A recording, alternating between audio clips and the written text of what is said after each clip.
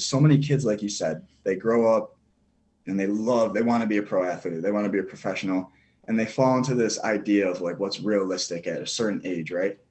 And I think that that's kind of a dangerous thing, because if we all kind of shifted our gears of focus and thought in that realistic way, like no one's going to accomplish anything. You came up with this idea of starting the podcast, right? Obviously you had to take action, get it done. You could have stopped and been like, people might not watch it. What are the chances that it blows up or anything like that, right?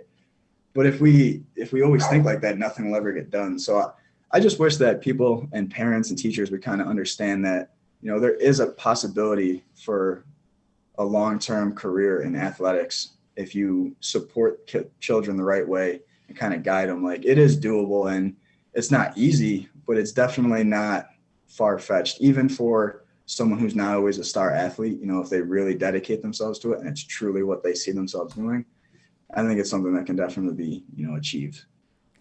Dude, that's amazing. And I think it's so true, right? I mean, anyone who achieves anything out of the ordinary, they got to kind of be thinking like that, like what can I actually do? Not realistically what's in the cards for me.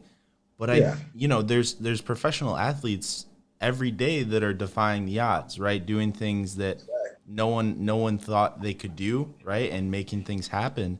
What do you think, if I can go off that just a little bit, yeah, absolutely. what do you think led to you having that sort of a mindset? Because I think so many people just get stuck in the, like you said, and like I said, what's in the cards for me? What's realistic for me? Not what can I achieve? What can I do? How do you have that mindset? How did that develop in you? I would have to say it's got to go back to the influence my dad had on me at a young age. Like I said, he always pushed me to never be satisfied with just good enough. And there were times I'd be in class, I'd go through a whole class, and I'd be more advanced than the other students my level, and he would take me aside after class and make me go through a whole nother class one-on-one with him.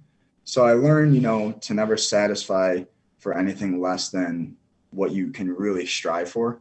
And I think that's just carried on throughout. And obviously you have to be realistic with yourself about what you can do and stuff. But if you have a passion for something, a true passion, you'll find a way to improve on it and kind of go with that. So I think I would just have to say, the influence my dad had on me growing up, that's where that mindset was kind of created. And it's just kind of carried with me through anything that I've done. And also part of the fact that I wanted to be like him. So growing up, it was if my dad could do it, like I want to do it just like him.